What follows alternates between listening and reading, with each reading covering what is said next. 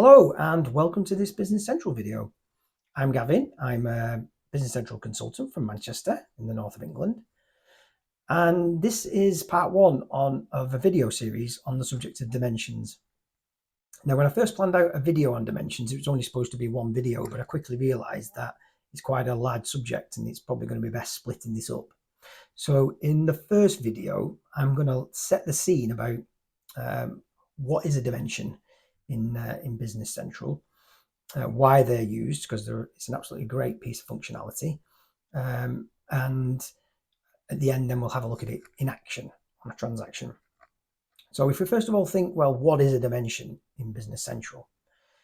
In a nutshell, it's a way to provide extra analysis beyond your chart of accounts. So what does that mean exactly? So best to actually show you in the system. So if we have a look, I'm in Business Central in my demo company here. It's called IT Solutions Limited, and this company provides a whole host of products and services. So if I have a look at the income statement section and have a look at our sales, we've only got one sales code. So if we think about a world without dimensions, this company provides Business Central consultancy, Dynamics GP consultancy, Business Central development. So what would that mean without dimensions? Well, it'd mean if we want to analyze our GL based on sales of Business Central consultancy, it'd mean we'd need a GL code called sales of Business Central consultancy. If we wanted to analyze our Dynamics GP consultancy, we'd have to create a GL code called sales of Dynamics GP consultancy, and so on. We'd basically have to create a GL code for every single type of analysis that we needed. Now that could quickly make our chart of accounts really large. And also, if we ever decided that we were going to sell another product, we'd have to create more GL codes to satisfy our analysis. So this is the problem that dimensions overcomes. It gives us the ability to keep our chart of accounts nice and small, but also still be able to get the analysis we need.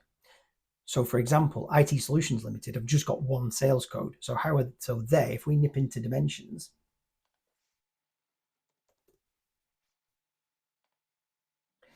they have decided to create two different dimensions, one called product for all the products they sell and one called services for all the services they sell. So for example, if I go into dimension values for product, we can see that it's listed out all their products.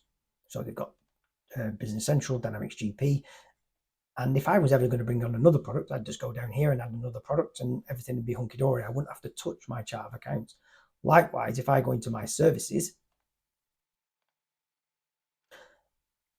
I can list out all my different services that I want to analyze against. And I can also just add any more services that in 3 months, 6 months, I don't have to touch my chart of accounts. This is all being managed by my dimensions. And then if I ever wanted to do any more high level analysis, I could just add a new dimension here.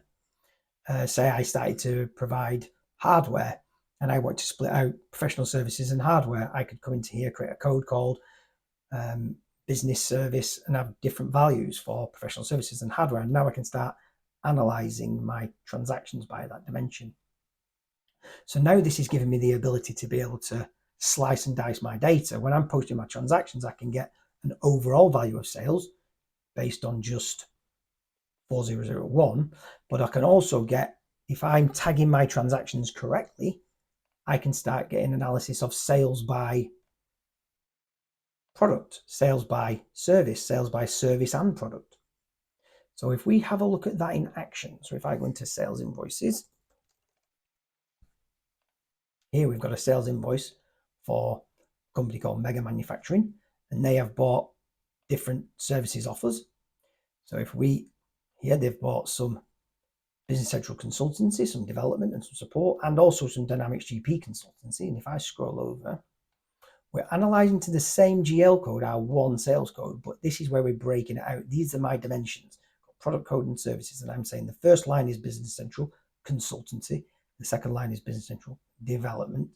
So straight away, just for this one invoice, I can analyze at a GL code level. I can analyze at a product level, and I can analyze at a service level and product and service. So I've got all this extra analysis. So if we just have a look at it in action and just preview post,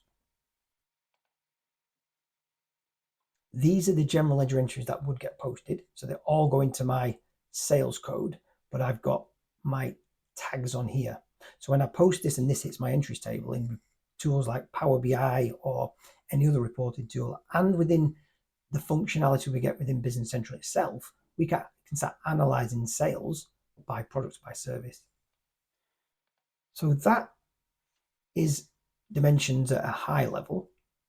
So they're a really, really great piece of functionality that enables us to keep our chart accounts nice and neat, be able to bring, in this example, bring on extra products and services without touching our chart of accounts. It's given us such great flexibility within the system.